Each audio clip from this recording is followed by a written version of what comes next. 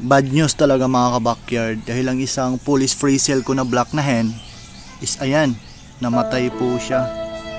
Kahapon habang namimigay ako ng tubig sa kanyang patubigan, so maganda pa naman ang kanyang katawan at saka malusog na malusog. Nakabigay pa nga siya sa akin ng isang itlog. So ang pinagtataka ko lang mga ka-backyard, bakit namatay siya ngayong umaga na to habang namimigay ako ng pagkain sa aking mga alagang manok pagpunta ko sa breeding area nila. So ito na yung nadatnan ko. So patay na ang aking female na Polish. Isa pa naman ito sa pinakamahal na manok ko na nabili sa aking munting backyard.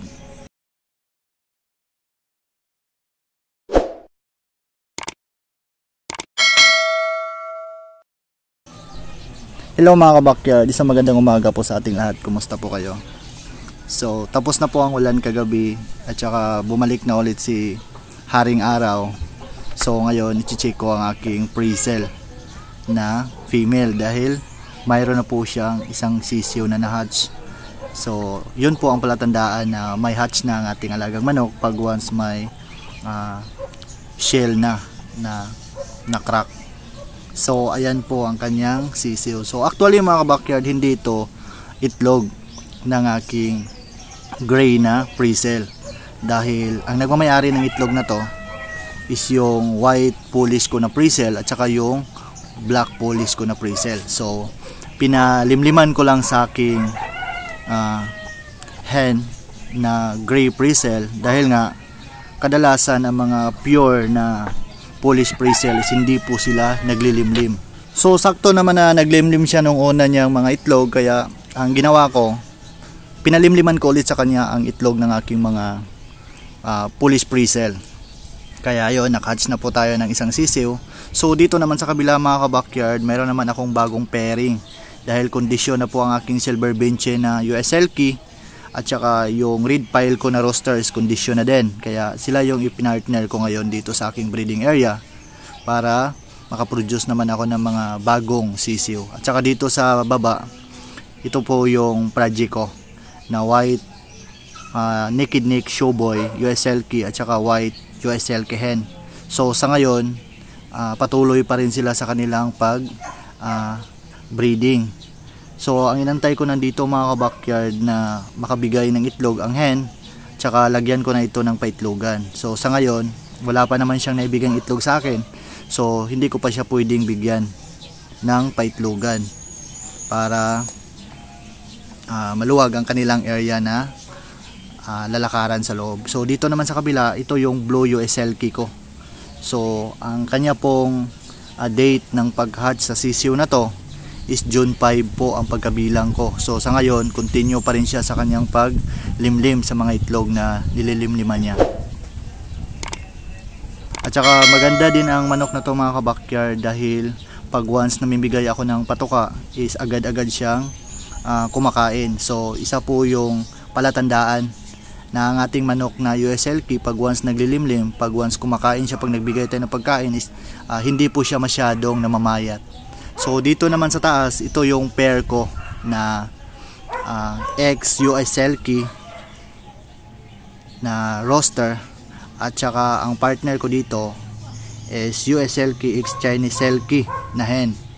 So sa ngayon, sila po yung ipinag-partner ko dahil gusto ko makapagpalabas ng pure white na mga sisiw sa aking combination ng US Elkie at saka Chinese Elkie. So kaya ganito po ang klase ng kanyang paa. So medyo mayroon ng mga maraming balahibo dahil nga mixed blooded na po siya sa US Elkie and then Chinese Elkie. So ito naman yung update mga ka-backyard sa aking mga sisiw na US Elkie, Polish pre-sale at saka pre-sale na mga sisiw. So ayan, ang nagustuhan ko po sa mga sisiw na Polish pre-sale yung taglay nilang crest at saka parang feather duster na mga balahibo. So may tatlo po ako ditong Polish pre-sale, so dalawang white, isang black. So ayan, so malapit na pong ma-develop ang kanyang crest mga ka-backyard sa white na to. So ang plan ko dito is magtira din ako para gawin kong breeder ulit, para marami akong hen na masasalang for breeding. So ito namang isang to is isa po itong Silver Sea Bright Bantam ang kanyang papa, and then ang mama niya is yung pre-sale ko na gray. So nagmana po ang kanyang palong sa papa niya, and then yung balahibo niya is mama niya. So magandang combination po ito sa project ko na Silver Sea Bright Bantam X pre-sale hen. So ganito po kaganda ang result mga kabakyard sa sisiw na kinumbahin ko. So dahil malakas ang ulan kagabi mga kabakyard, so binigyan ko ng Bitrasin Classic ang aking mga alagang manok para mayroon silang panglaban sa sakit. Ganda kasi ang Bitrasin Classic mga kabakyard dahil mayroon itong antibacterial sa ating mga alagang manok na inaalagaan. So disclaimer lang mga kabakyard, hindi po ako sponsor ng Bitrasin Classic. So sadyang ito lang talaga ang ginagamit ko sa aking manukan dito sa aking munting backyard. Pero kung bibigyan ng pagkakataon mga kabakyard na may mag-sponsor sa akin ng Bitrasin Classic, so why not? Pwede naman natin yung i-grab.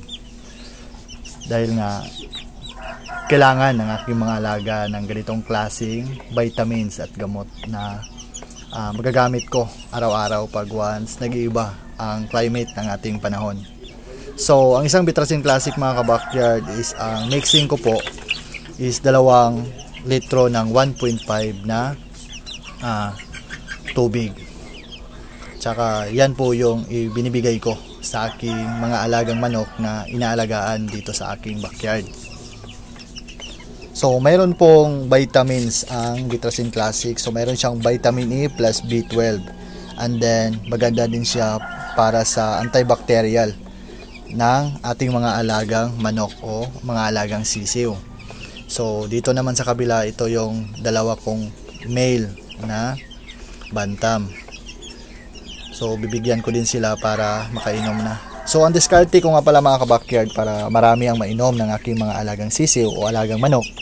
So una sa umaga is binibigyan ko muna sila ng patoka. So hindi muna ako nagbibigay ng tubig. So inuuhaw ko muna sila para pag once nagbigay na ako ng tubig na may Bitrasin, marami silang mainom. So kitang-kita nyo naman mga kabakyard ang mga bantam ko na binigyan ko ng tubig na may Bitrasin Classic. So marami talaga ang kanilang nainom. So ganyan po ang diskarte ko mga kabakyard sa aking area para makainom talaga ng marami ang aking mga alagang manok. So dito naman, ito yung mga Polish pre-sale ko na sisiw. So ayan, binigyan ko din sila para makainom na din. At saka 4 pala to, may 4 na mga Polish ko dito. So ang isang to na lumapit is isa po tong napakakulit na sisiw. Pag once po nagbibigay ako ng pagkain o di kaya nagbibigay ako ng tubig, so ganito talaga ang behavior na ginagawa niya.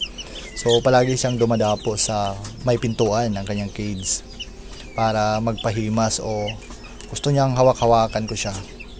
So isa po itong female na Polish. So ang plan ko po dyan mga kabakyard is ititira ko yan para gawin kong future breeder. So dito naman sa kabila, ito yung white Polish pre-sale ko na hen. So sa ngayon, kondisyon na po ang kanyang katawan. So ready na po ito for breeding. Kaso lang hindi ko muna ito isinasalang dahil baka sa mga susunod na buwan ko na ito isalang para makapagpahinga muna siya ng mataas. So dito naman sa kabila mga kabakyard, ito yung parisan ko ng back-to-back white Polish na male and female. So medyo madungis ang kanilang itsura mga kabakyard dahil nga malakas ang ulan sa aking area kagabi, kaya ganon ang itsura ng female. So mayroon na po silang 3 itlog sa kanilang paitlogan.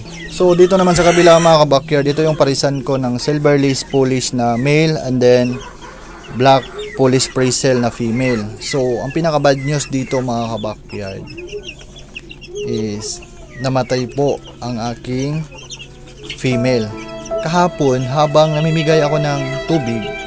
So nakabigay pa siya ng itlog, and then ngayong umaga nung namimigay na ako ng patoka, so ayan, nakita ko na nakahandusay na sa lupa.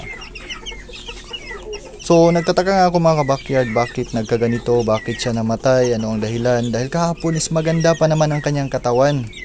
At ang pinanghinayang ko dito mga kabakyard is ito pa naman yung pinakamahal ko na manok na nabili. Sayang na sayang talaga mga kabakyard, namatay pa yung black Polish pre-sale ko. na female.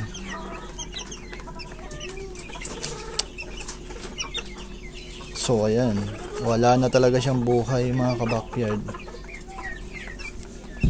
So ang gagawin ko na lang dito, kukunin ko ito at saka sunugin para in case may bakterya siya, so mamatay po ang bakterya dahil susunugin ko ito ngayon sa apoy. So naghanda na nga pala ako mga ka-backyard ng karton at saka yung dahon ng niyog para ito yung gagamitin ko na malagyan ng apoy para masunog ko na ang aking Polish Prazel na female.